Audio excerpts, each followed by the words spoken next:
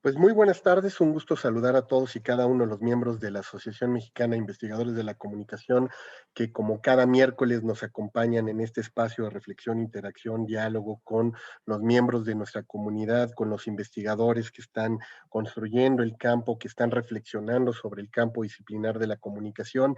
Y un servidor, Jorge Hidalgo, les da la más cordial bienvenida a quienes nos acompañan ya en este Zoom, como también en la transmisión que estamos haciendo en directo en este live stream para los miembros de la MIC en nuestro sitio y en nuestras redes sociodigitales. Así es que les agradecemos a todas y cada una de las personas que se han ido sumando a estos espacios de diálogo, por acompañarnos, por estar aquí con nosotros en esto que es justo el día de hoy nuestro webinar número 70 y con el cual tenemos el gusto de dialogar el día de hoy con nuestro querido colega y amigo César Rodríguez Cano, y como Rodríguez Cano, quien ha estado trabajando estas temáticas que tienen que ver con los nuevos medios, las nuevas metodologías, la expansión del espacio público. Así es que para nosotros es un gusto saludarte el día de hoy, César, un gran honor que nos puedas acompañar. Hemos estado siguiendo varios de los que estamos en los distintos grupos de la MIC de investigación y de trabajo, tu trayectoria, hemos visto realmente buenos aportes de tu parte a nuestro campo disciplinar y sobre todo en estas temáticas que tienen que ver con lo digital. Pues bueno, pues seguramente aquellos que hace unos días recibieron a través también de la página de la MIC tu más reciente producción científica, tu libro por ahí, pues seguramente estarán siguiendo el día de hoy este conversatorio para poder dialogar contigo. Así es que muy buenas tardes, César, gracias por acompañarnos. Hola, ¿qué tal? Buenas tardes. Te saludo, Jorge. Eres bastante generoso en tu presentación y saludo también, por supuesto, a todos los colegas, a los estudiantes. Espero que estén por aquí. Invité a algunos y al público en general el interés en estas temáticas. La verdad es que me siento pues muy afortunado de estar justo transitando una época muy interesante desde el punto de vista de la comunicación y de los medios, en la cual tenemos la oportunidad de asistir y de empezar a vislumbrar transformaciones que tienen grandes implicaciones para la cultura, y de eso pues les quisiera compartir hoy un poco de mis exploraciones, de mis ideas. Estoy en particular, como decía, agradecido por tu invitación, por la invitación de todo el equipo de la MIC, que la verdad es que lo comentamos, resulta un trabajo titánico el que han hecho, y esta idea de que me toca hacer el webinar número 70 solo es justamente un indicador de ese inmenso trabajo y aportación en la generación de contenidos que están haciendo, y me siento muy honrado de poder acompañarlos en este momento. No, y sobre todo, César, que gracias a estas tecnologías que, como bien lo dices, hoy pues podemos irrumpir el espacio público, irnos al espacio privado, irnos al espacio íntimo, llegamos hasta el interior, ¿no? De tu casa el día de hoy, donde nos podemos de alguna manera refugiar también en parte de tu trabajo, en tu obra y de tus recursos. Y para quienes no tengan el gusto de conocer a César Augusto Rodríguez Cano, me voy a permitir leer tu biografía, César, un poco para que sepan un poco a partir de tu semblanza cuál ha sido tu trayectoria y tu aporte al campo. César Augusto Rodríguez Cano es profesor en el área de comunicación política, el Departamento de Comunicación de la Universidad Autónoma Metropolitana en la Unidad Coajimalpa. Es doctor en Ciencias Políticas y Sociales por la UNAM, con estancias de investigación en la Universidad de California en Los Ángeles y en la Universidad Iberoamericana de la Ciudad de México. Es profesor habitual en la Facultad y Posgrados de Ciencias Políticas y Sociales en la UNAM, así como en los posgrados de Comunicación de la Universidad Iberoamericana. Miembro del Sistema Nacional de Investigadores y autor de diversos artículos en la línea de investigación tanto de opinión pública como de cultura digital, tecnopolítica, análisis de redes sociales y métodos de investigación en entornos digitales. Acaba de publicar, como decíamos, su libro La expansión de lo público, indagaciones tecnopolíticas de la sociedad hiperconectada, editado por la UAM este año pasado, pero prácticamente empezó a circular este César, y para quienes no tengan todavía todavía el texto, créanme, los invitamos a que lo descarguen ya en la página de la MIC, en nuestro espacio de Facebook pueden encontrar los enlaces para que puedan descargar el volumen. César también ha colaborado en diversos medios periodísticos como la revista Zócalo, Canal 14 y Semanario Proceso.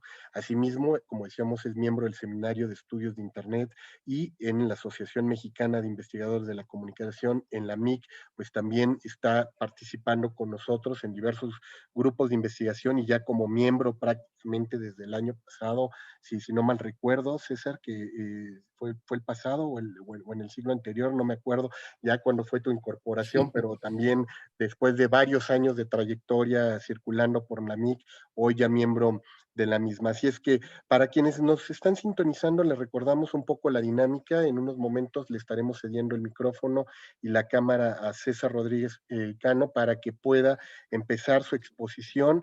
Dejaremos al final unos minutos para preguntas y respuestas, así es que los invitamos a que en el chat que tenemos tanto en la página de Facebook como aquí mismo en el Zoom, para quienes nos acompañen, ya están habilitados los chats para que puedan mandar sus inquietudes y poder dialogar en un momento más con César. Así es que sin más, César, te cedo los micrófonos y la cámara y nuevamente bienvenida a esta tu casa, la MIC. Muchísimas gracias.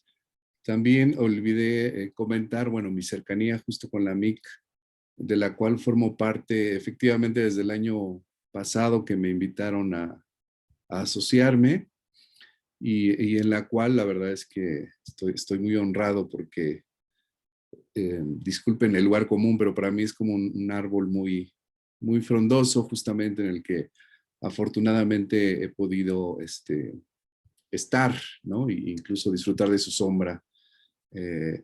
Hay algunas ramas ahí muy importantes, muy cercanas, muy queridas, y la verdad es que es un honor también estar también en este sentido en un evento de la MIC.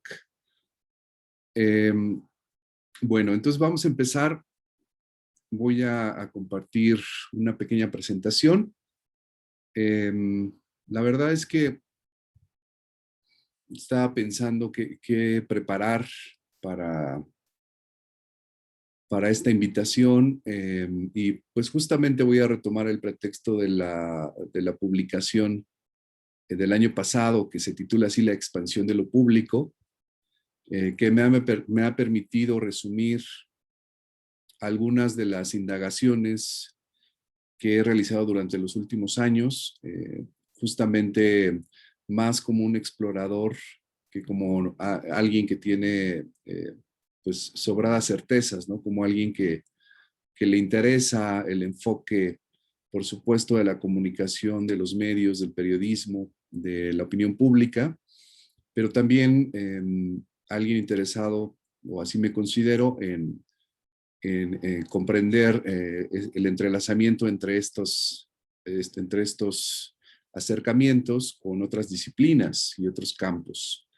En ese sentido, bueno, pues la idea es justamente platicar de la expansión del espacio público en el sentido de cómo se ha multiplicado la cantidad de procesos sociales mediatizados, la cantidad de plataformas que pues sustituyen también nuestra vida social, económica, comercial, política, etcétera. Y sobre todo, y voy a hacer ahí un enlace también, pues un acercamiento que he tenido con cómo indagar esta expansión del espacio público, cómo acercarnos a, pues, a la interpretación, quizá al conocimiento en algún sentido de estos procesos este proceso que yo creo fielmente que es una transformación cultural muy importante, ¿no? En la que estamos asistiendo. En ese sentido, pues somos muy afortunados. Entonces, tomo como punto de partida dos ejes. El primero es la novedad como provocación. Cuando propuse el subtítulo de la charla del día de hoy, sí lo hice con toda la intención de poner nuevos medios, nuevas metodologías, sabiendo que en la academia pues no faltaría quien escudriñara esta frase de novedad y se preguntaba realmente si estamos en un contexto donde hay nuevos medios y nuevas metodologías. Yo simplemente lo inserto aquí como provocación. Me parece que hay elementos para retomar esta discusión desde el punto de vista de el enlace entre las plataformas digitales y los nuevos medios, ¿no? Desde el punto de vista de la obra de Lev Manovich, por ejemplo, que en algún momento dominó la denominación del campo en algún sentido, y que ahora quizá pues, tendemos más a llamarles medios digitales, ¿no? En todo caso, la idea es esa, a partir de la novedad como provocación, también en el sentido metodológico lo vamos a ver. Por supuesto que hay cierta mirada de desconfianza hacia todo lo que se presume como innovador o novedoso en un contexto digital, sin que considere justamente todo lo que había antes, ¿no? Entonces, por eso también me parece que la novedad sirve como un instrumento que desata polémica y discusiones alrededor de nuestro campo. Y el segundo punto de partida es justamente la idea de lo público como algo inevitable, ¿no? Estamos asistiendo a referentes que, vamos, que se han puesto en evidencia en el día a día en las plataformas sobre esta constante traslape entre lo público y lo privado. Me parece que hay pues, referentes claros que hay que retomar, cuestionar, problematizar. La idea de la sociedad del espectáculo, la intimidad como espectáculo, ahí tenemos un par de discusiones, los públicos afectivos, los emisores emergentes, es decir, si buscamos pues un repertorio conceptual relacionado justamente con este desborde de fronteras hacia lo público, veremos justamente cómo están de alguna manera formando parte de los nuevos modelos socioculturales de involucramiento en las plataformas digitales. Entonces, tomo como punto de partida estos dos elementos. Este es el libro que mencionaba Jorge amablemente, La expansión de lo público. Lo pongo aquí para que sepan que lo pueden descargar, me parece, de la página de la MIC, por lo que mencionó Jorge, y también de mis redes académicas. Y es la primera área que me interesa explorar en esta presentación. Estoy interesado, vamos, en esta intersección, en esta relación entre política, medios y tecnología. Por supuesto que esto me ha llevado a lugares inimaginables, ¿no? Que no he podido precisar, pero me parece súper interesante esta conexión entre la vida política, el debate de los asuntos públicos, todo lo que tiene que ver con la mediatización de la cultura y las tecnologías digitales, ¿no? En este sentido, me parece que se vislumbran nuevos fenómenos culturales, nuevos, que están entrelazándose y yo a los cuales, mediante las indagaciones que hice en el texto, pude de alguna manera empezar a delinear como una especie de nueva agenda para la comunicación, la política y los medios. El primero es el del periodismo y la ética hacker. Me parecen muy interesantes algunos de los ejemplos que han sucedido en los últimos años relacionados con esta simbiosis entre filtraciones de datos, entre hackeos, literalmente, entre ejercicios colaborativos de periodismo internacional, casos como Panama Papers o Paradise Papers. En el caso mexicano, plataformas como México Leaks, que vislumbran justo una ética hacker y un objetivo en pos del bien público, ¿no? De la discusión de lo público y de la libertad de expresión. Por el otro lado, también hay en esta agenda que se está conformando mecanismos mediante los cuales pues se ha alertado tanto desde el punto de vista de las organizaciones internacionales como en el caso de ejercicios periodísticos, de algo que podemos denominar tecnocensura, que es un ejercicio abiertamente autoritario por parte del poder mediante estos instrumentos computacionales. Por ejemplo, el uso de acarreados digitales, también llamado bots, los troleos, estos cuarteles o granjas de personas que con sus cuentas suben narrativas mediante trending topics o temas tendencia y también intentan derribar otras que no les convienen tanto. También desde otro enfoque, el uso de software de vigilancia. Es decir, hay varios mecanismos a través de los cuales podemos entender que se está atentando justo contra derechos fundamentales y me parece que tienen que ver con esta interrelación también entre tecnología, política y cultura. Está ampliamente documentado en el sexenio de Enrique Peña Nieto, justo el uso de estas estrategias, y en este sexenio también se están empezando a identificar algunos mecanismos, algunas estrategias tácticas utilizadas justamente contra opositores, ¿no? Entonces, me parece que también hay que insertarlo en la agenda. El trabajo, por ejemplo, de Signal Lab, del ITESO en Guadalajara, ha sido fundamental para conocer cómo funcionan estas narrativas de control. Por otro lado está la discusión del Big Data.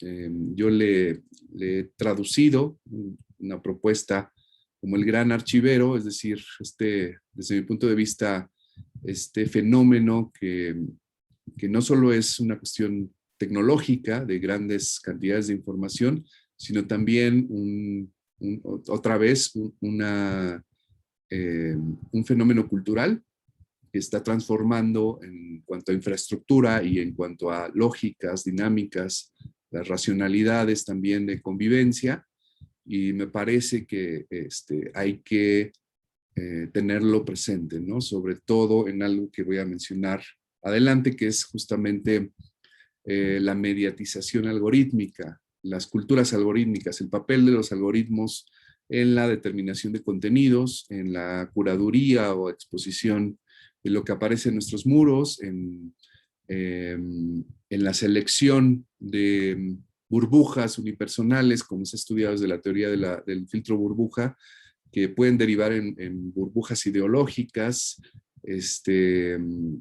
y que representan de alguna manera un fenómeno emergente también que hay que problematizar, cuestionar, indagar y empezar a comprender empíricamente para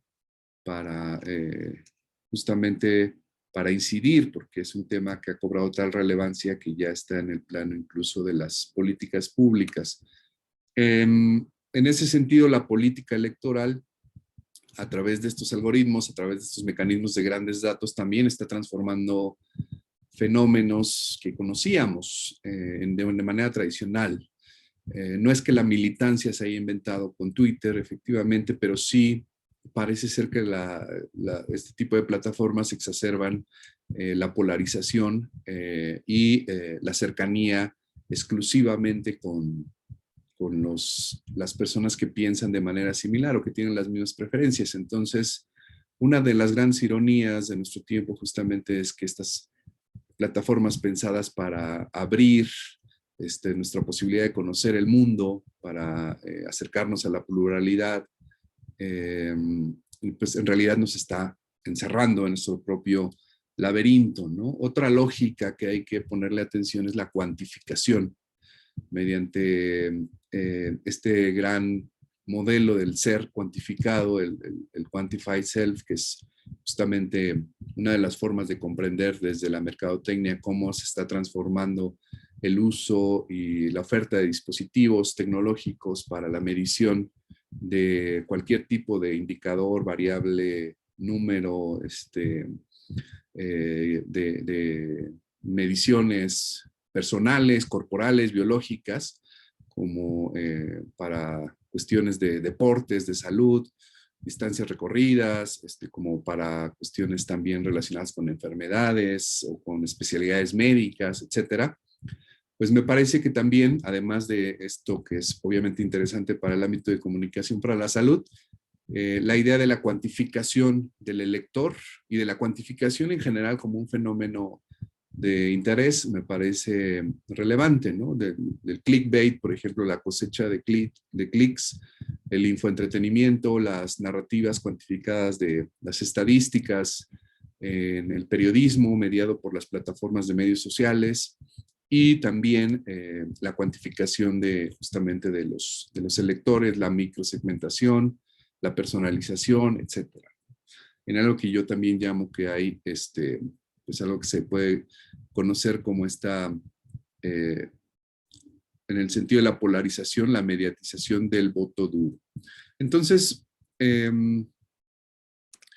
me parece que aquí hay varios elementos. Puedo continuar con varios fenómenos que investigué. Los medios en las redes, me parece que es un nuevo ecosistema. Podemos entender claramente que hay una brecha digital que atraviesa transversalmente este acceso a los medios digitales, por supuesto, pero eso no deja de hacer interesante lo que está pasando en términos de estos medios que con éxito han arribado a entornos convergentes y se han ubicado en las plataformas de redes, ¿no? Tanto medios como periodistas. También en el ámbito de la posttelevisión, yo hice indagaciones en términos del uso de Facebook Live o de YouTube. Me parece que también hay pues algunos indicios para empezar a pensar que estamos ante un campo fragmentado el de la televisión, las empresas obviamente de streaming, pero también estas plataformas de videos colaborativos o los videos que grabamos desde nuestros celulares, etcétera. Es decir, aquí emerge la dimensión hipervisual desbordando lo que conocíamos tradicionalmente.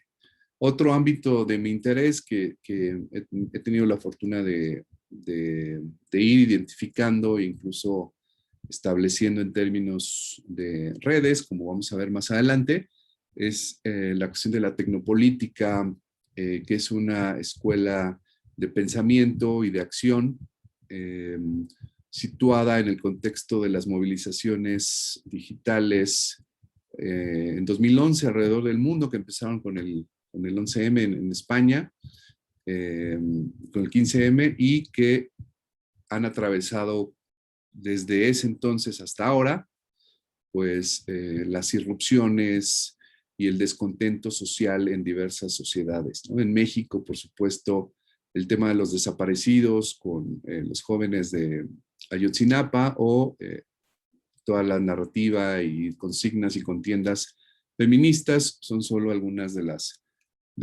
los fenómenos que me ha tocado observar. También en términos de ciberpolítica, de redes electorales, entiendo también pues, que estamos transitando hasta este modelo de sociedad de las plataformas y me cuestiono justo en este sentido si no estamos más que a una sociedad de la información o del conocimiento, más bien justamente en una sociedad del entretenimiento.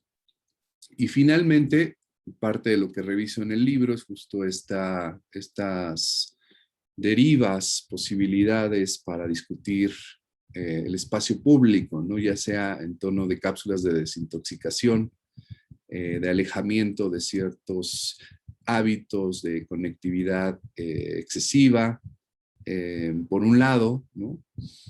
Por el otro, la regulación, que cada vez más es un tema de políticas públicas y se está discutiendo en variados contextos. Y por otro lado, la noción de sapeo, que yo de alguna manera la equiparo en un sentido, trayendo un viejo término, pues al plano de la alfabetización digital, ¿no? Al plano de la apropiación de las tecnologías y del uso crítico de la autodefensa, vamos a decir, del usuario frente a estos sistemas algorítmicos y de construcción de prestigio social avasallantes, ¿no? Que estamos enfrentando en estos momentos.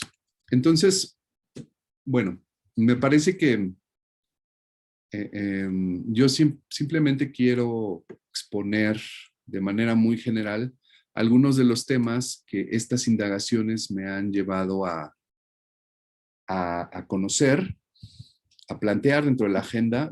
Obviamente la mayoría ya están estudiándose, ya tenemos incluso el desarrollo de nuevos cuerpos teórico-conceptuales, pero en algún sentido lo que he querido hacer es que estas indagaciones estén pues básicamente muy situadas en México y un poco que esta discusión global que se está generando justo por estos fenómenos se aterrice también a contextos cercanos. Este sería el primer movimiento que quisiera hacer en esta charla. El segundo, si me permiten, es algo que yo conozco como hipermétodos. En este sentido, perdón, creo que me salí. En este sentido,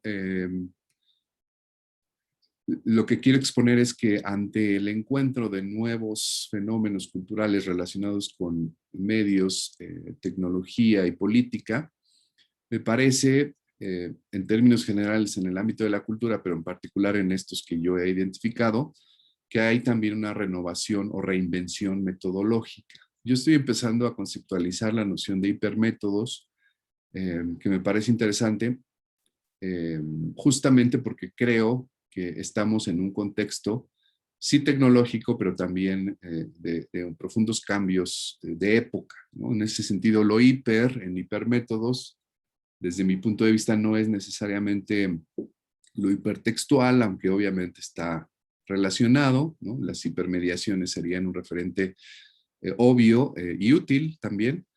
Sin embargo, creo que estamos también en un contexto cultural que ya se había anunciado incluso antes del nacimiento de Internet, que es justo el tránsito de la posmodernidad a lo que autores como Lipovetsky han denominado la hipermodernidad, en donde hay una pérdida de referentes y una especie de búsqueda,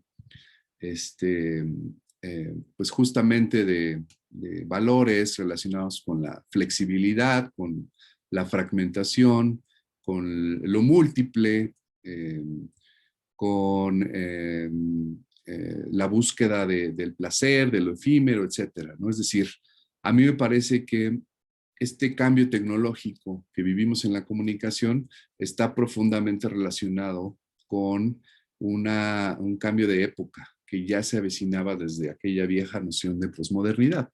En ese sentido, cuando hablo de hipermétodos, estoy aludiendo a nuevas metodologías relacionadas con un contexto personalizado, efímero a veces, incesante, ¿no? Con esta ilusión de innovación, ¿no? Que me parece que está representado muy bien por estas nuevas formas de indagar, ¿no? En donde yo menciono incluso hay una especie como de necesidad de ser original en generar propuestas novedosas, en aparecer, ¿no? En una especie de selfies, en la creación metodológica también. Es decir, me parece que ahí hay un fenómeno bien interesante que se está destapando apenas, que ya ha ocurrido, ya han ocurrido estas explosiones en varios lugares alrededor del mundo y que apenas están vislumbrándose en nuestros países. Y eso no significa que vayamos retrasados. De hecho, me opongo un poco a esta visión justamente de lo que está avanzado y lo retrasado, ¿no? Sino más bien que en nuestro contexto cultural, político, histórico, estamos también transitando hacia un interés por estas metodologías porque los fenómenos que se nos presentan están llegando en este momento de manera más clara. ¿De qué hablo entonces? Bueno, me parece que cuando hablamos de hipermétodos estamos hablando de un mensaje que es claro. Podemos seguir haciendo entrevistas, encuestas, grupos de discusión, análisis de contenido y todas las técnicas que conocemos y que todavía son útiles, a veces más útil que lo nuevo. pero es indudable que estamos ante un contexto de reinvención metodológica. De las intervenciones también hipermodernas, me parece que esto es también clave, como les mencionaba. Hay una emergencia de múltiples hábitats informacionales en los cuales ahorita haré un acercamiento. Hay alternativas también a la discusión quali y quanti que ha colonizado de alguna manera la discusión metodológica tradicional e incluso de una manera a veces hasta dogmática, ¿no? De descalificación mutua, pese a que se sepa claramente que lo mixto, perdón, que lo híbrido también es una posibilidad. Y finalmente yo he encontrado estas coordenadas metodológicas en 4 grandes corrientes. La de los métodos digitales de Richard Rogers en la Universidad de Ámsterdam, que me parece una de las más francas para entender justamente este mensaje de la reinvención. El de la analítica cultural en Estados Unidos, con Lev Manovic, primero en San Diego, luego en Nueva York, en estos laboratorios y además publicaciones que ha hecho, ¿no? De nuevos medios, de epistemología del software, de análisis de datos masivos sobre imágenes, etcétera. Entonces, esta sería un segundo momento. También hay, por supuesto, todos los nuevos enfoques relacionados con la etnografía digital, que hay un gran campo de discusión en particular, bueno, ubico por supuesto a Hein y a Sarah Pink como dos de las figuras más destacadas en el ámbito internacional. En México tenemos la fortuna de contar con el trabajo de Edgar Gómez Cruz. Y aquí está otro, me parece, otro de los puntos importantes a retomar en esta noción de hipermétodos. Y finalmente, me parece que la noción de tecnopolítica también aporta un mensaje de renovación metodológica en el sentido justamente de el eje de la acción o de cómo indagar las protestas sociales o, pues sí, estas irrupciones conectivas, vamos a llamarle, que suceden en la cotidianidad de las plataformas, ¿no?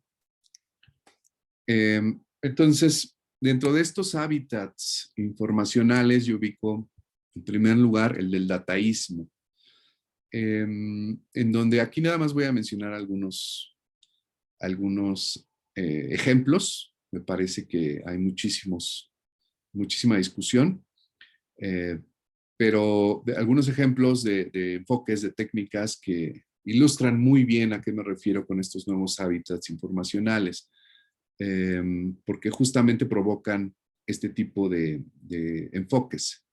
El primero es el data mining o la minería de datos, que está muy relacionado con el segundo, con las APIs o las interfaces de programación de aplicaciones de datos en medios sociales, que tienen que ver justamente con el Big Data, con la posibilidad de descargar bases de datos, datasets, que sería como el nuevo fetiche en la investigación social, que nos pueda ayudar a acercarnos al conocimiento, a generar o a interpretar lo que está sucediendo en ciertos contextos, ¿no? En mi experiencia, he podido hacer minería de datos, descargar bases de datos, tanto de Twitter como de Facebook, como de YouTube, y es eso, ¿no? Es básicamente una base de datos que puedo visualizar pues en esta estética de matriz, ¿no? En donde se me dan no solo los datos que yo espero, sino los metadatos a veces inimaginables,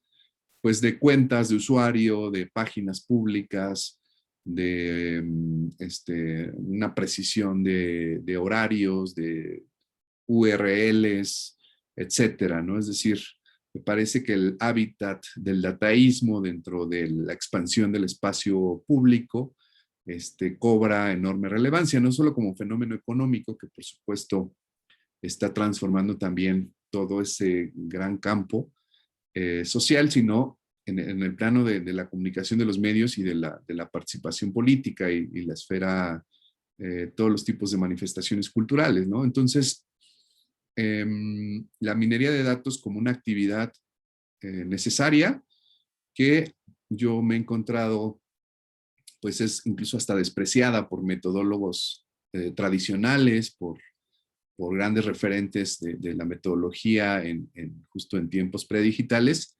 Y yo sugeriría que más bien, justamente antes de descalificar todo este ámbito, sugeriría adentrarse y conocerlo, ¿no? Es decir, perder un poco los prejuicios para encontrar las posibilidades, ¿no? Y las APIs, que son estas pues, plataformas que las mismas empresas, las mismas plataformas como Twitter otorgan para que los investigadores o, bueno, también profesionales de otros ámbitos tengamos acceso a los datos y podamos indagar y conocer y preguntarnos, hacernos preguntas relevantes sobre la democracia y la cultura. Después viene el análisis de sentimientos. Me parece que yo lo inserté aquí porque me parecen las técnicas más interesantes que están sucediendo y es un término, es un nombre tramposo porque en realidad pues no analiza sentimientos y es simplemente una técnica que mediante justamente pues, conocimiento y procesamiento de lenguaje natural puede hacer clasificaciones de contenido automático, ¿no? Es decir, involucra automatización, involucra uso de diccionarios y esto pues evidentemente sería pues de interés para quienes tienen grandes cantidades de información y esto se está empezando a desarrollar cada vez de mejor manera. Ya hay buenos paquetes de software que nos pueden hacer este tipo de trabajos. El siguiente es los arrancones de datos o los data sprints, que me parece también dentro de esta noción hipermoderna un ejemplo de lo que hay, de cómo a través de la propuesta de tratamiento de temas o de proyectos particulares, se pueden reunir personas, ya sea física o ahora en línea, pues para hacer, vamos a decirlo así, indagaciones aceleradas, inmediatas, en donde se puedan arrojar hipótesis y se puedan experimentar con aplicaciones para descargar datos, para visualizar, etc. Entonces es un mundo bastante acelerado, pero a la vez interesante para la investigación social en su defensa, porque pareciera que es justo eso, que no es tan oportuno para a veces investigaciones más profundas. En realidad se trata de ejercicios que se van sumando y que pueden ir aportando al campo de manera fragmentada. Me parece un fenómeno, vamos, interesante. Y bueno, los métodos de interfaz. En todas estas propuestas hay variados autores que habría que mencionar. Aquí, por supuesto, está Marres, pero en México, Gabriela Suet ha tratado bastante esta lógica de los métodos de interfaz y es justamente pues estas iniciativas programadas mediante el uso de pequeñas páginas web, vamos a decirlo así, en las cuales se nos posibilita el procesamiento de información bajo una lógica o de descarga o de visualización o de procesamiento de algún tipo, ¿no? Este sería el hábitat del dataísmo. Espero no estarme llevando demasiado tiempo. El siguiente hábitat sería el de la visualidad. A mí me parece, y creo que es evidente, que el entorno digital aporta de sobremanera en todos los formatos, por supuesto, pero sobre todo en el ámbito de la visualidad. Por lo menos me parece que es protagonista, ¿no? En algunas plataformas como Instagram o ahora TikTok, el ámbito de la imagen fija o móvil, pues es la gran protagonista efectivamente de la interacción social. En este sentido, me parece que la metodología también debe transitar la discusión sobre cómo indagar pues todos estos contenidos. A mí me parece que históricamente hemos sabido estudiar los textos escritos, e incluso las imágenes, para analizarlas las volvemos textos, ¿no? Pero ahora estamos ya en un ámbito en el cual las propias imágenes nos pueden arrojar imágenes como resultado, en el plano, por ejemplo, de la analítica cultural que les mencionaba, además de que se están abriendo pues, un sinfín de posibilidades también, ¿no? Yo aquí menciono algunos ejemplos: metodologías de lo visual planteados por Rose, análisis visual multiplataforma, analítica cultural, análisis de redes sociales, que es el que yo he trabajado mucho, un análisis del discurso multimodal que involucra no solo textos, sino imágenes y además también toda la dimensión sonora y vamos, se amplía, ¿no? Sí, incluso hay una noción del análisis crítico del discurso multimodal que me parece también muy relevante. El siguiente ámbito que ya les había mencionado es el de la acción, que yo he rescatado desde la noción de tecnopolítica. Me parece que para entender el ciberfeminismo, la tecnopolítica feminista, y sobre todo pues, el uso de las plataformas que tienen estas colectivas o estos activistas, hay que indagar justamente en estos nuevos hábitats informacionales, ¿no? En específico en Twitter, pero también en plataformas como WhatsApp, y ahora en contexto de pandemia, pues incluso la perspectiva de género puede atravesar cualquier tipo de interacción, ¿no? La discusión sobre el Big Data y el giro de colonial, que me parece importante y que aporta formas de análisis, la fotovoz y los diarios digitales. No debemos olvidar que en la comunicación también ha habido un gran aporte desde las metodologías participativas y de comunicación para el cambio social, ¿no? La fotovoz y el video participativo serían algunas de ellas. Y me parece que ahora en el ámbito de la creación y del hecho de que somos individuos que tenemos cada quien nuestra propia cámara de video, por lo menos la mayoría, pues podemos experimentar justo con estas formas de indagación. Y en el ámbito de la acción también hay muchísima discusión sobre el software libre, el hackeo, las tecnologías de resistencia, el open access, bueno, en ámbito de derechos, los Creative Commons, y todo esto nos arroja también, nos abre un campo de indagación que es ya una perspectiva en sí, ¿no? Este sería el tercer eje. Después, en el cuarto, pues abiertamente me parece que la etnografía digital es la protagonista.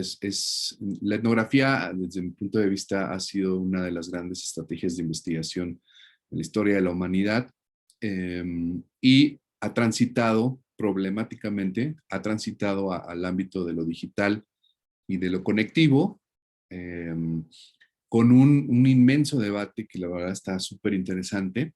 Aquí nada más rescato algunas ideas, ¿no? De esta etnografía digital, cómo pasó del apellido virtual de Hein a lo on-life de Floridi y de otros autores, que también se le llama digital, conectivo, etcétera. Hay etnografías con muchísimos apellidos, pero básicamente que se plantean el estudio de la convivencia en línea como una de las dimensiones justamente de la construcción de significados, ¿no? Del intercambio simbólico que llevamos, ¿no?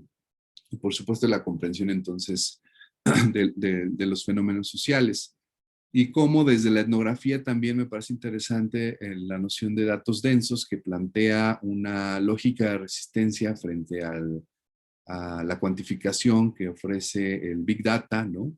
Esta idea de Big Data en el sentido de mucho, mucho en términos de cantidad. Datos densos, bueno, estipula que aunque sea poco va a haber calidad, ¿no? Por supuesto que esto nos lleva a la discusión cual y cuanti, pero se vuelve muy interesante en el sentido de construcción de la misma narrativa de los grandes datos.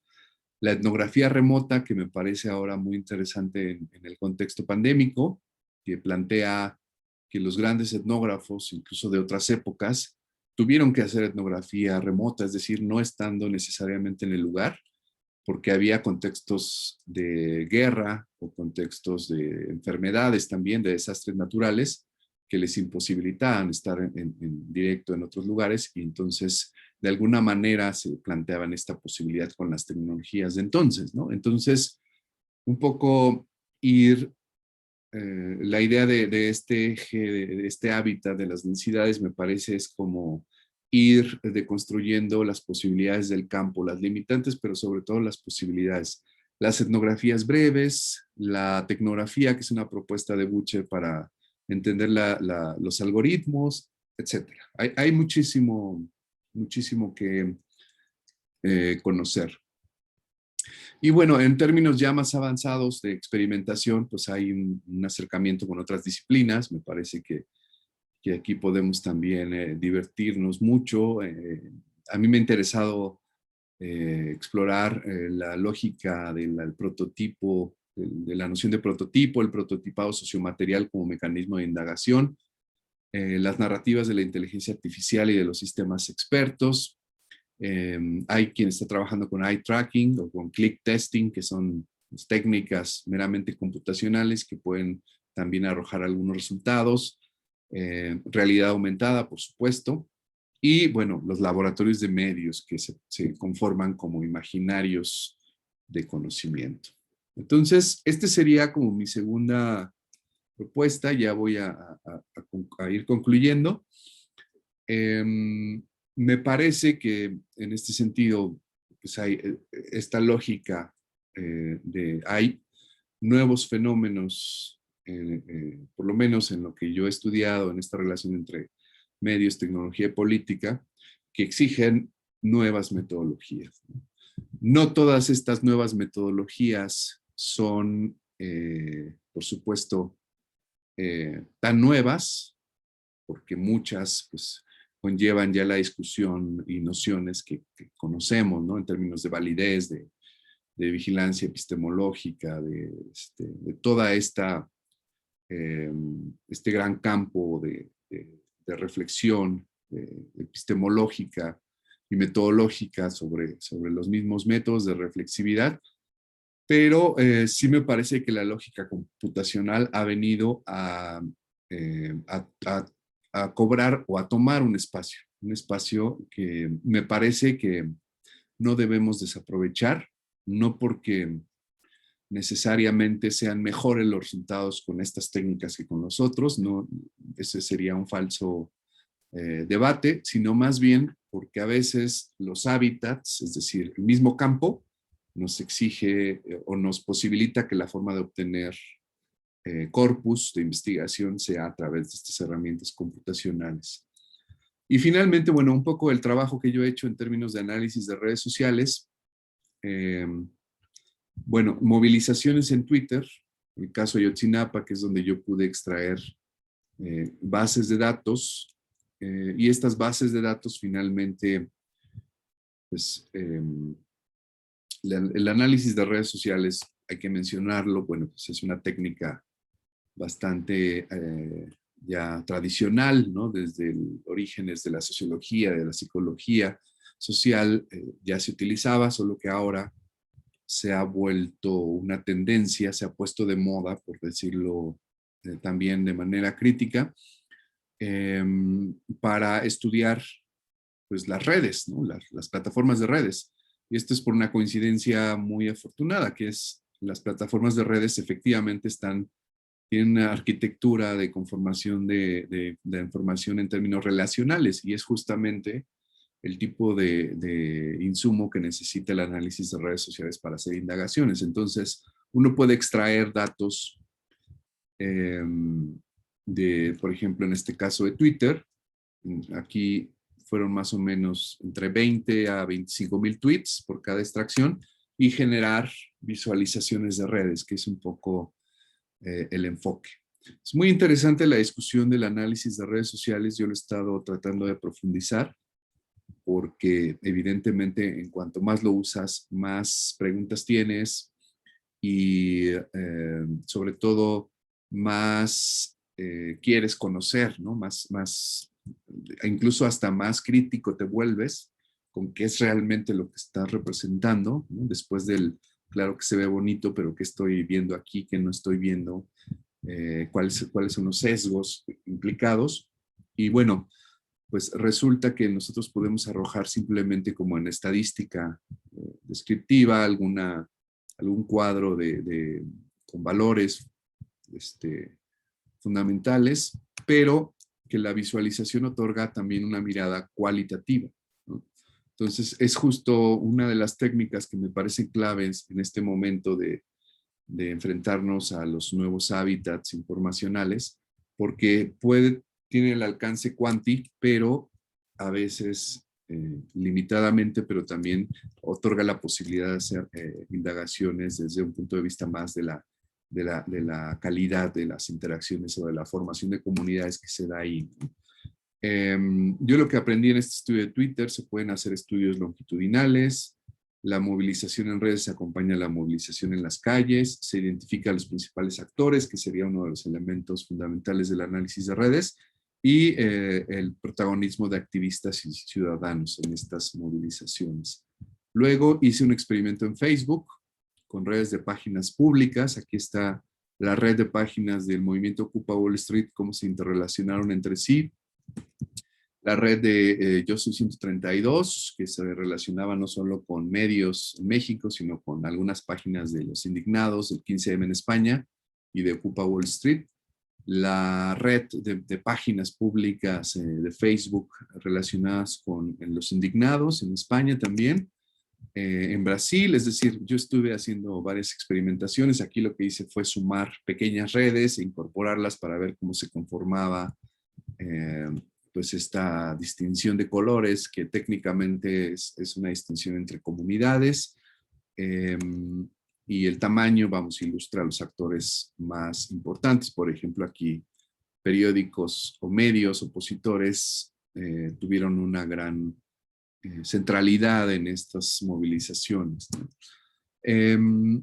Bueno, ya finalmente he hecho algunos experimentos con, aquí, bueno, entre los aprendizajes, se confirma que existen redes de medios tecnopolíticos, hay escenarios multiplataforma, intermediáticos y postnacionales, hay una fuerte presencia de medios opositores, bueno, se derrumba la idea de agendas únicas, hay evidencia de acción conectiva.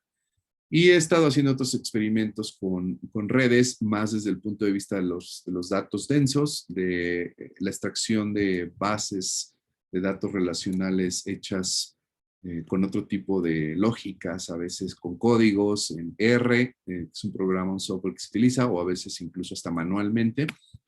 Y he encontrado también otro tipo de aprendizaje, ¿no? Acá hice, por ejemplo, algo más relacionado en la liga entre análisis de redes sociales con análisis de redes semánticas, en donde se exploran sentidos y mediante palabras categorías, perdón, para generar nuevas categorías relacionadas, en este caso, con movimientos feministas, que hice con la investigadora Claudia Pedraza. Entonces, bueno, en conclusión, reitero esta idea de pensar sí lo público como nuevo también, ¿no? Es decir, como fenómenos emergentes, pero sobre todo en los desafíos que involucran. No quiero decir que las viejas herramientas no sean útiles para los nuevos contextos, simplemente decir que también hay nuevas herramientas, y que creo que eso es un mensaje que hay que escuchar. Y que esta cultura digital, bueno, nos tiene en este sentido pues en un momento de expansión, en el que incluso a veces lo privado se mediatiza y se vuelve tema de conversación, y eso no necesariamente aporta al debate público, a veces sí. En ese sentido, terminaría con la idea con la que empecé, que tenemos nuevos medios y que por lo tanto debemos experimentar también con nuevas metodologías. Bueno, yo lo dejaría aquí para no extenderme demasiado. Les agradezco su atención. Muchísimas gracias, César. Un gusto haber escuchado tu ponencia y sobre todo tener esta posibilidad de dialogar contigo. Vamos a abrir la sesión de preguntas y respuestas para que los colegas que nos están siguiendo en las redes sociodigitales, para aquellos que están con nosotros el día de hoy aquí también en Zoom, lo puedan hacer. En unos minutos más les estaremos dando también la palabra a Gaby Suet, que anda por aquí también, que nos está acompañando, nuestro querido colega también Roberto Sánchez, que se dio una vuelta por este espacio para dialogar contigo y sobre todo en lo que se van terminando de animar nuestros colegas.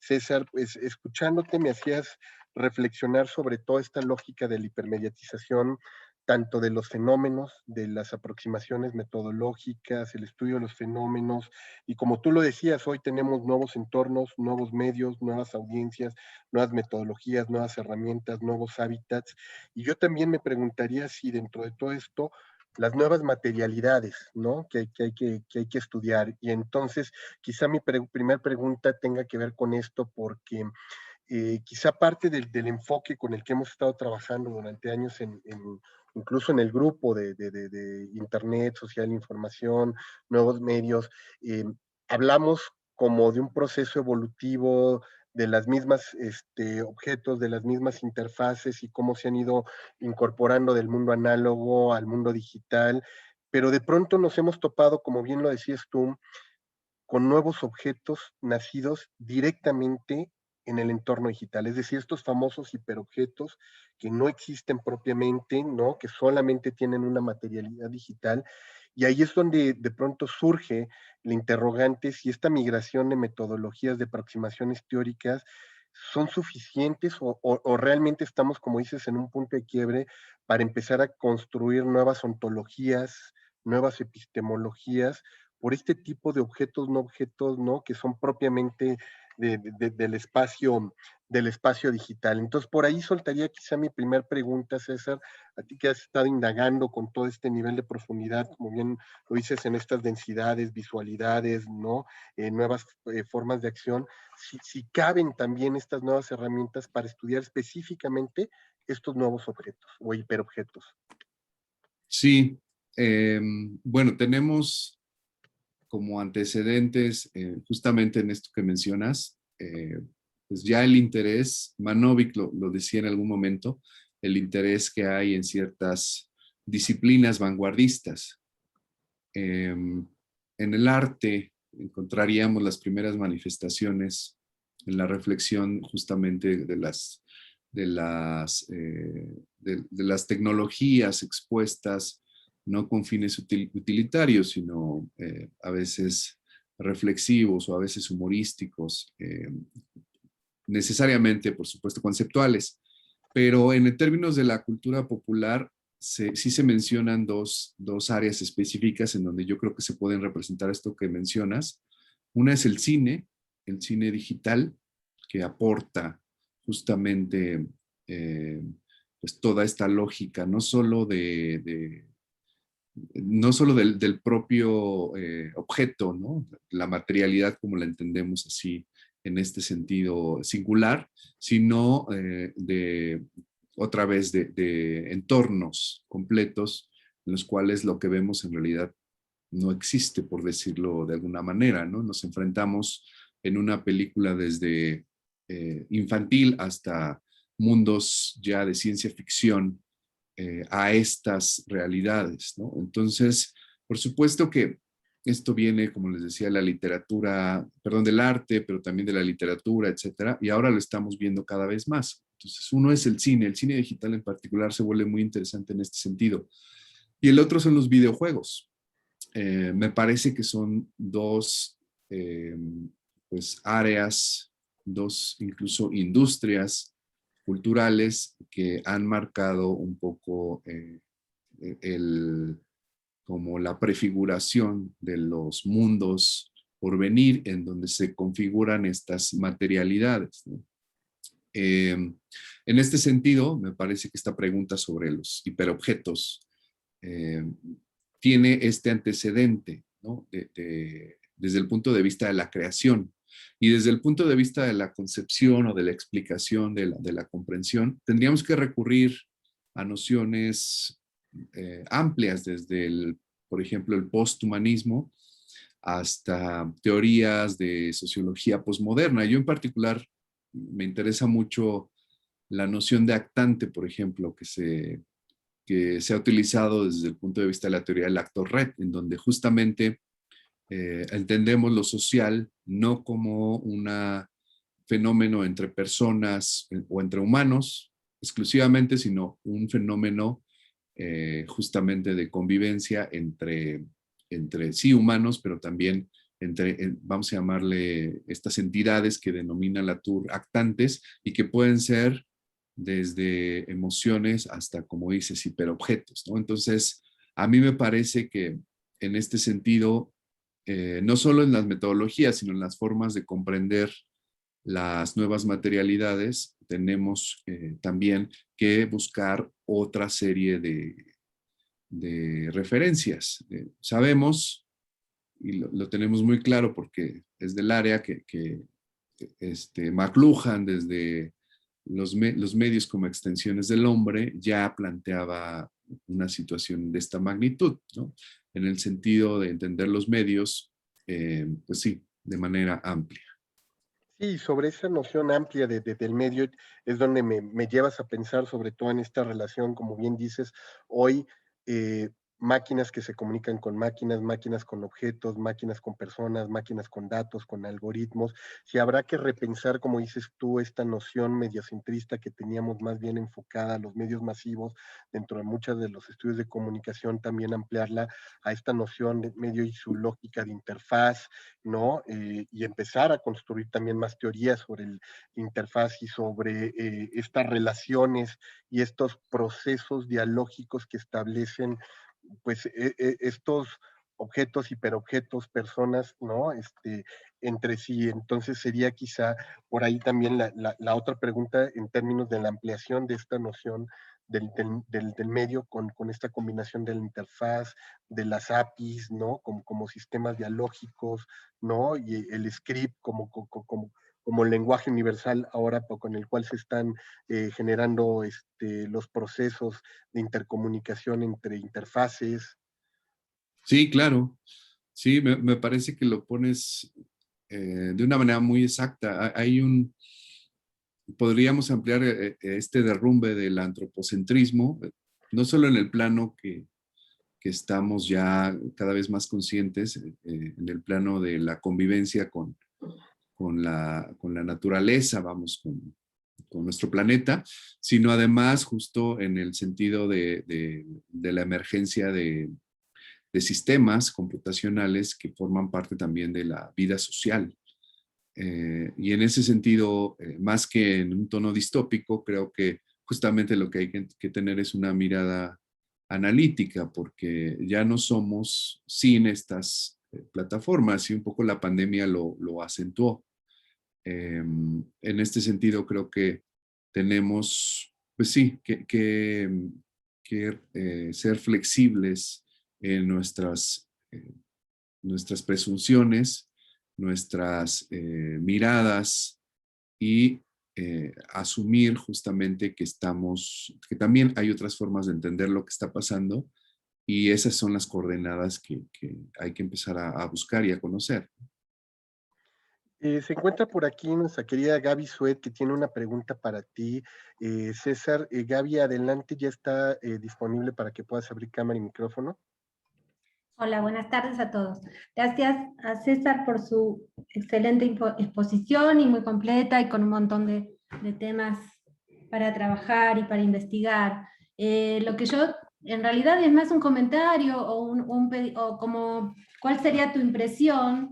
Que gran parte de los objetos de estudio que mencionas y que se pueden trabajar con las metodologías que tú mencionas, son objetos que forman parte de lo que algunos autores llamarían la sociedad del secreto, ¿no?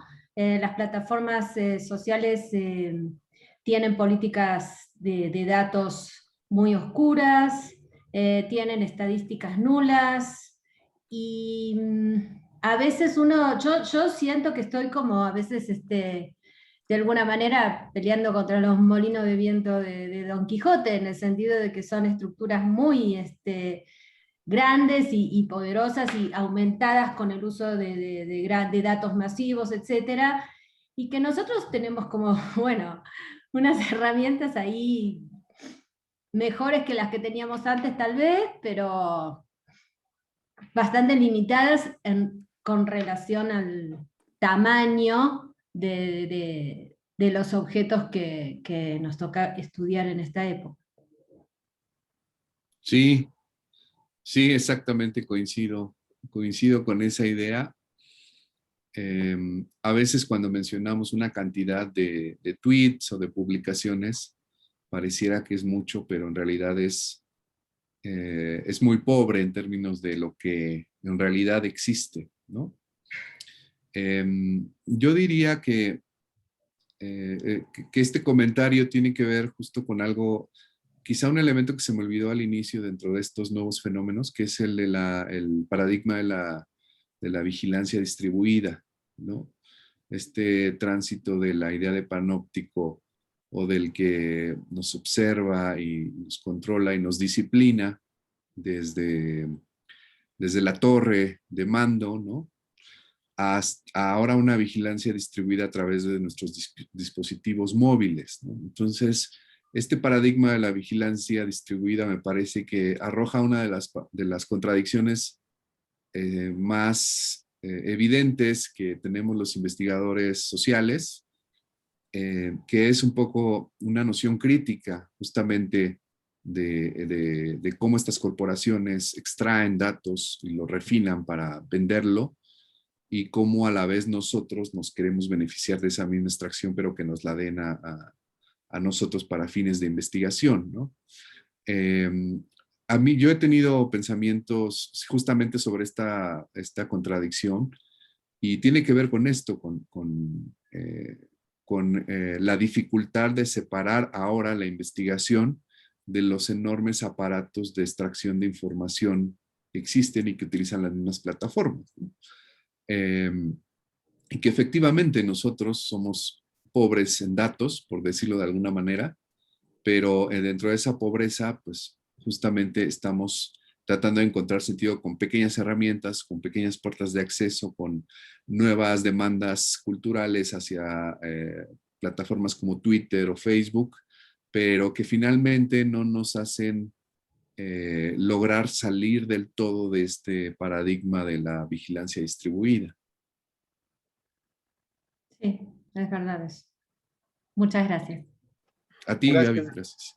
gracias Gaby, como siempre, por tu participación, presencia en este espacio.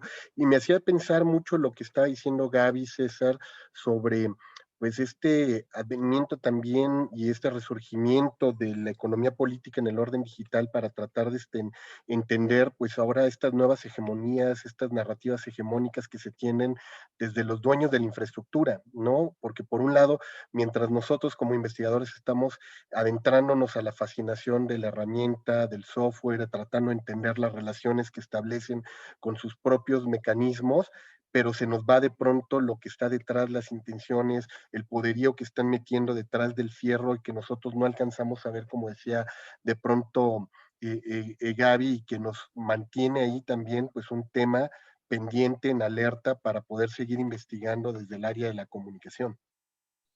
Sí, sí, yo lo que he estado observando es ya, como mencionaba antes, más apertura para comprender que estos puntos de vista pueden estar englobados en el mismo modelo.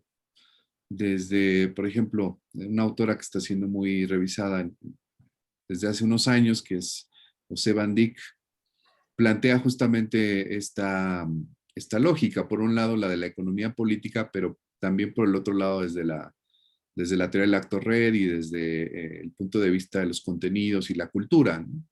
Entonces, justo habría que preguntarnos eso, ¿no? Si estamos ante fenómenos tan avasalladores que lo mismo indican el control y la hegemonía por parte de corporaciones y naciones, grandes naciones como China o Estados Unidos, pero a la vez también otorgan toda una lógica de intercambio simbólico y transformación de vidas y de utilidades cotidianas en la vida diaria, ¿no? Entonces, si podemos encontrar un modelo quizá de la multiplicidad o de la complejidad, en la cual entendamos que todos estos nuevos fenómenos tienen múltiples explicaciones que no se excluyen necesariamente, ¿no? Si, por supuesto, tenemos un enfoque desde la teoría crítica de la economía política, me parece que evidentemente vamos a tener pues un diagnóstico muy claro, incluso que está siendo muy útil nuevamente para el diseño de políticas públicas. Para quienes están interesados más en las plataformas justamente como mecanismos de participación política, de visibilización de una agenda social, pues por supuesto que no podemos decir que Facebook no sea una megacorporación que extrae nuestros datos, pero también tenemos que convivir con la idea de que ahí se está generando un aporte en el sentido de la conversación pública, como algunos ejemplos que di, que transforman pues, nuestras mismas condiciones, ¿no? O por lo menos en el plano de revolución de las conciencias, ¿no? En el plano de la dieta cognitiva que tenemos con el simple acceso a contenido generado desde estos otros lugares, ¿no? Entonces, me parece efectivamente que tenemos mucho lugar para hacer una examinación rigurosa y crítica de los dueños de la infraestructura, y por otro lado también muy rica para indagar las transformaciones en la vida política y en pues, la vida, en las vidas de las personas, ¿no? Hace poco en las redes nos compartían algo que parecía inconcebible, que era un foro de una escuela de antropología sobre TikTok, ¿no? Justamente porque había interés en toda esta antroposemiótica del cuerpo y visibilización de las plataformas digitales como esta nueva plataforma. Entonces, creo que habría que hacer un esfuerzo analítico para comprender que todo esto es parte de lo mismo, ¿no? Y que hay algunas cosas que es necesario cambiar, narrativas como los derechos digitales, por ejemplo, como tan solo el simple tema de la privacidad son fundamentales y en eso hay que incidir cada vez de mayor manera. Por supuesto, en tema de la concentración, ¿no? Sabemos que Facebook y WhatsApp y Instagram pues son lo mismo, ¿no? Pero a la vez también hay otras lógicas, otras formas de apropiación que también son importantes para la manera en que convivimos. Incluso plantean estrategias de sobrevivencia. Mis mismos estudiantes, que son quienes me enseñan justo lo que está pasando con otros ojos, me ilustraban en otra ocasión de las nenis o mujeres que a través de las redes, principalmente de Facebook, logran establecer redes para vender cosas que las hacen tener pues, un ingreso, ¿no? En un mundo de precariedad y justo de muy limitado por las condiciones actuales. Me parece que el uso que le podamos dar a estas plataformas a veces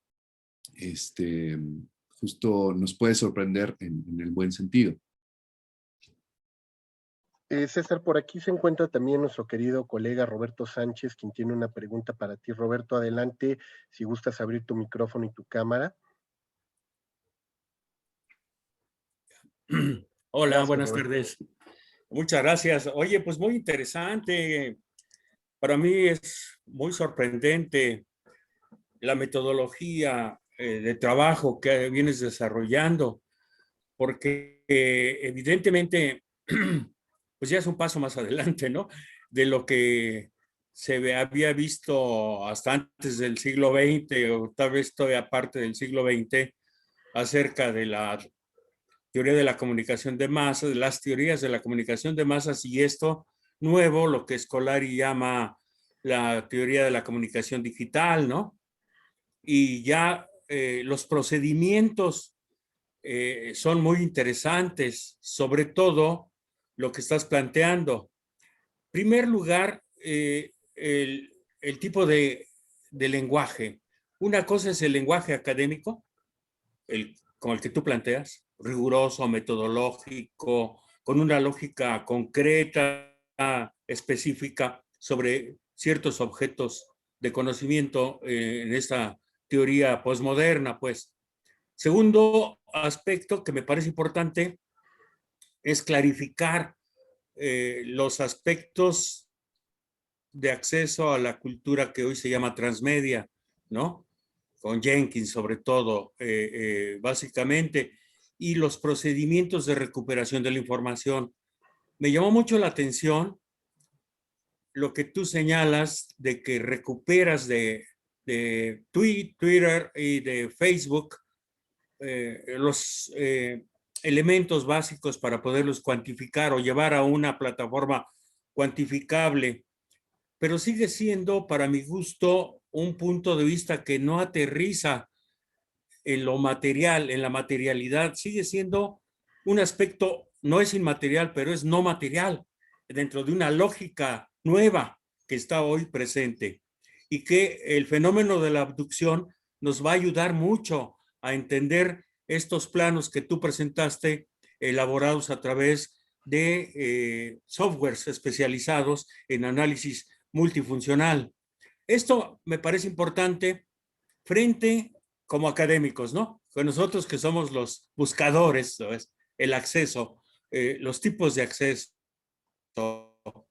y dado el discurso propiamente dicho de los dueños de este nuevo espacio que tú le llamas, de este nuevo lugar, de esta nueva interfase grandota, ¿no? Que es el productor de los contenidos que son visibles en sus redes y que se distribuyen en lo que tú llamas la retícula, o en lo que es la retícula, o el amplio mundo cibernético, del ciberespacio, perdón. Entonces a mí me preocupa mucho cómo poderme plantear esta problemática de acceso a estos fenómenos de análisis del espacio que para mí no es público, es un espacio, de acuerdo, es una interfase. Habrá que ver si es público o no, me parece a mí, entendido lo público como en diferentes dimensiones. Eso es lo que a mí me preocupa porque las formas de acceso que uno tiene que enseñarles a los alumnos ahora con estas nuevas tendencias, con esta nueva cultura, con estos nuevos accesos y con estos nuevos métodos de investigación, bueno, ahí es donde yo empiezo a cojear, la verdad. Gracias y te agradezco muchísimo. Realmente estoy sorprendidísimo, me gusta muchísimo. Yo te voy a seguir buscando y conectando para poder establecer mayor comunicación respecto a esto, porque es muy, muy atractivo y es lo que tenemos que establecer también nosotros ahora. Gracias. Gracias, Jorge Alberto. Muchas gracias, Roberto. No sé si algún comentario en particular, César, Sí. a la locución de Roberto. Sí, muchas gracias, profe. Siempre un gusto poder saludarlo. Me extrañé su sombrero ahora.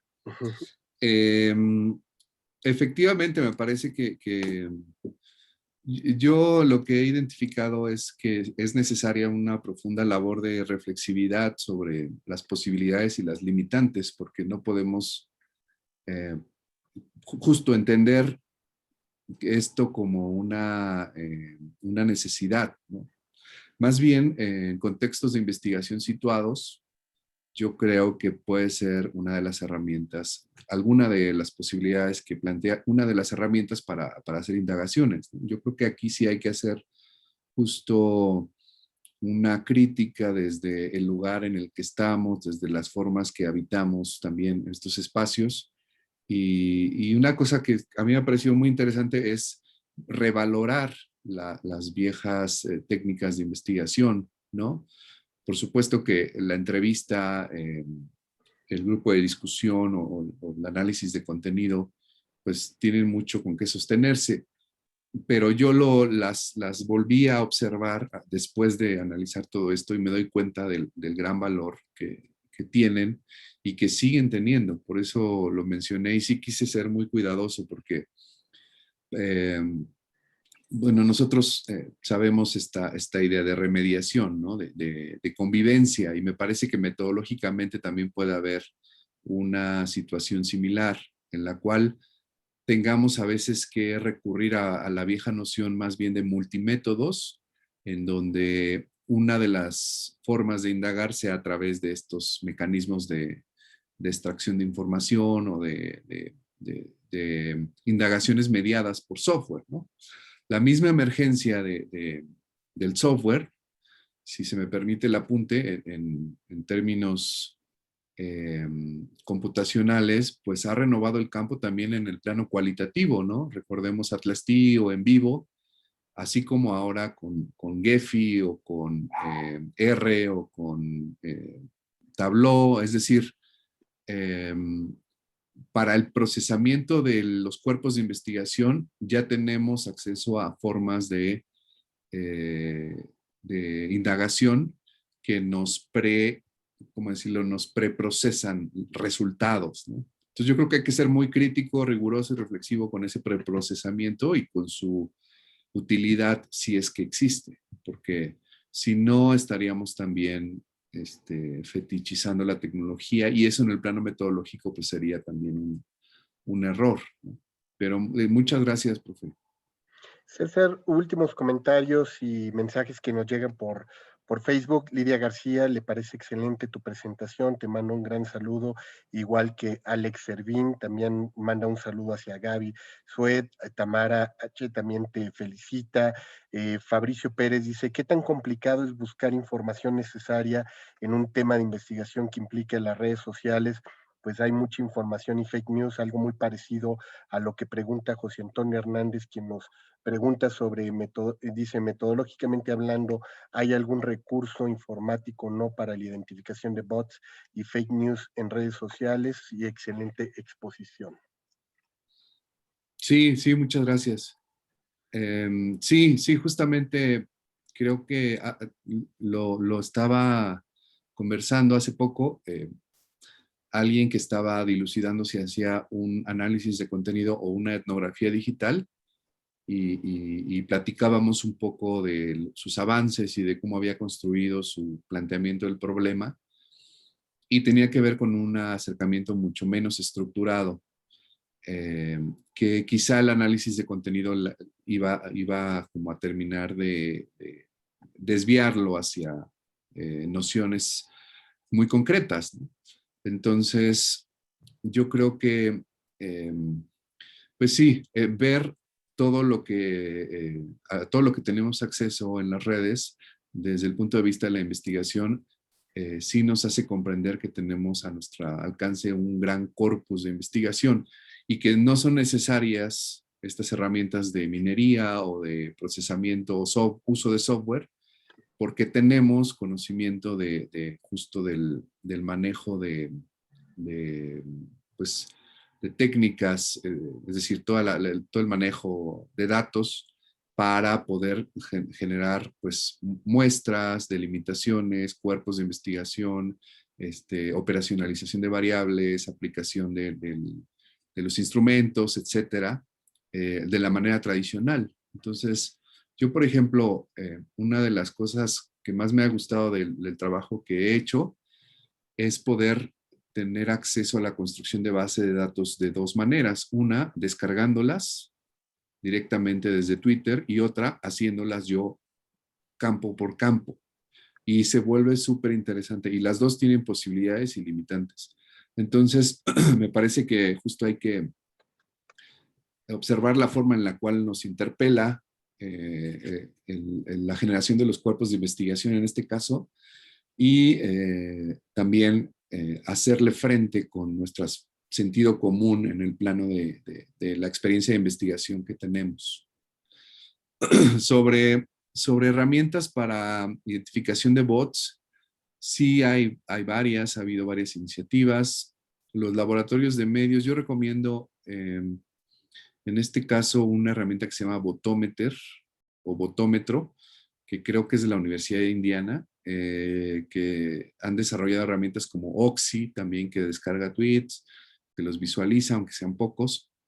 Y toda esta generación de laboratorios de medios, la iniciativa de métodos digitales de la Universidad de Ámsterdam, el laboratorio de medios de Sciences Po en París, que también tiene herramientas, esta de la Universidad de Indiana. Hay varios lugares en los cuales se están generando alternativas y pues son de gran utilidad. De hecho, Gaby por aquí nos pone but or not, ¿no? También como otra posibilidad para poder hacerlo. Pues César, sin duda un gran tema, muchas, vamos a decirle, muchas ventanas nos abres, ¿no? Estos pop-ups que nos has empezado a abrir ahorita a través de tu conversación y seguramente para quienes estamos trabajando este tipo de temáticas, pues habrá mucho para seguir indagando y ojalá que nuestros colegas puedan empezar a seguir tu trabajo también para dialogar sobre estas aproximaciones que el día de hoy nos has compartido. Y yo quisiera compartirte en esta ocasión en nombre de nuestro comité ejecutivo, pues este reconocimiento por tu participación en este webinar, la expansión de lo público, nuevos medios, nuevas metodologías. Muchísimas gracias, César, por haber estado el día de hoy con nosotros. Ha sido un verdadero honor tenerte aquí y poder escuchar pues parte de lo que ha sido tus investigaciones en este tema de la expansión de lo público. Gracias, al contrario, un honor y muchísimas gracias a quien se tomaron el tiempo para escucharme y para preguntar. Y bueno, seguimos en contacto. Ahí está mi cuenta de Twitter, @CésarArcano. Te agradezco muchísimo, Jorge. Gracias por la oportunidad. No, al contrario, César, y nosotros queremos pues invitar también a nuestros colegas de seguidores de este espacio de la MIC para que nos acompañen la próxima semana. Ya nos encontramos a punto de cerrar este ciclo de webinars, porque como bien saben, pues también está por concluir nuestra gestión dentro de la Asociación Mexicana de Investigadores de la Comunicación. Esperamos que más adelante el comité ejecutivo que resulte electo en nuestra próxima asamblea pueda retomar también parte de estas iniciativas y puedan dar continuidad a este proyecto. Pero bueno, la próxima semana los invitamos para ir cerrando este ciclo de conferencias a la presentación pública de los 4 libros colectivos que lanzamos el día de hoy, que como ustedes saben, en colaboración con RIA Editorial, esta editorial portuguesa que nos ha estado apoyando y que estuvo también detrás de toda la infraestructura para nuestro encuentro nacional, pues vamos a lanzar estos 4 volúmenes, Comunicación y Salud en la Era Postdigital, Dimensiones de lo Público y lo Político en la Segunda Alternancia Democrática, Investigar la comunicación y las nuevas alfabetizaciones en la era postdigital, y el libro Transformaciones mediáticas y comunicacionales en la era postdigital. 4 libros que ya pueden descargar de la página de la MIC, ya están disponibles en sus versiones como ebook. Agradecemos a todos los que estuvieron participando en el proceso de coordinación, a todos los que se involucraron como evaluadores y pares ciegos para dictaminar qué textos iban a participar en estos libros colectivos, pero sobre todo a todos estos autores, más de 90 autores que estuvieron colaborando con nosotros en estos 4 volúmenes. Los vamos a presentar la próxima semana, así es que cordialmente invitados para ir cerrando este espacio. César Rodríguez, nuevamente muchísimas gracias, que tengas una excelente tarde. Gracias a todos, los esperamos la próxima semana. Hasta luego.